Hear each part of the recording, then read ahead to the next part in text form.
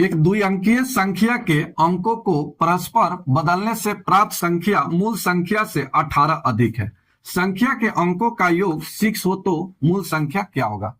तो चलिए यहां देखिए मूल संख्या, तो मूल संख्या इस 4 ऑप्शन में से कोई एक होगा, ये तो आप जानते हैं। अब यहां देखिए मूल संख्या से 18 अधिक है। चलिए सबसे पहले इस तरह के जब भी आपको क्वेश्चन मिलता है तो आप क्या कैसे बनाते हैं?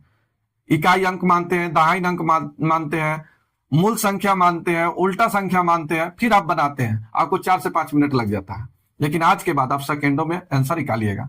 चलिए लाइक कर दीजिए, शेयर कीजिए। तो याद देखिए मूल संख्या से, तो कोई एक मूल संख्या पूछा है तो कोई एक मूल संख्या है। मान लीजिए कि मूल संख्या 64 है। अब इससे बोला है 18 अधिक है, 18 अधिक है, और 18 अधिक होने से यही संख्या मूल संख्या पलट जाता है। तो ये 64 बदलेगा तब कितना हो जाएगा? ये 46। क्या ये जोड़ने के बाद ये दोनों 46 बराबर रहेगा? ये बराबर नहीं रहेगा, ये आपका आंसर नहीं हो सकता है। चलिए यहां ले लेते हैं 46। तो ये 46 मूल संख्या है, इसमें अगर 18 जोड़ दिया जाता है तो यही पलट जाता है। तो ये पलट के कितना हो जाएगा? 64। क्या ये दोनों बराबर है? ये 64 बराबर 64 होगा? नहीं होगा, ये आंसर नहीं होगा।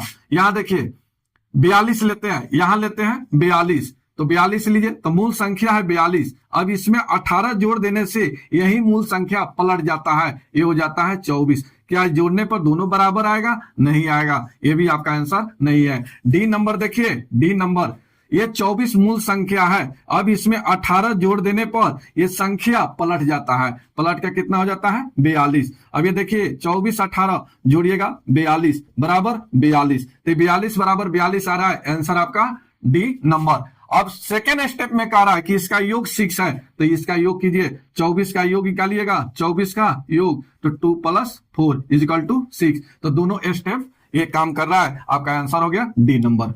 अच्छा लगा हो तो लाइक कीजिए, शेयर कीजिए।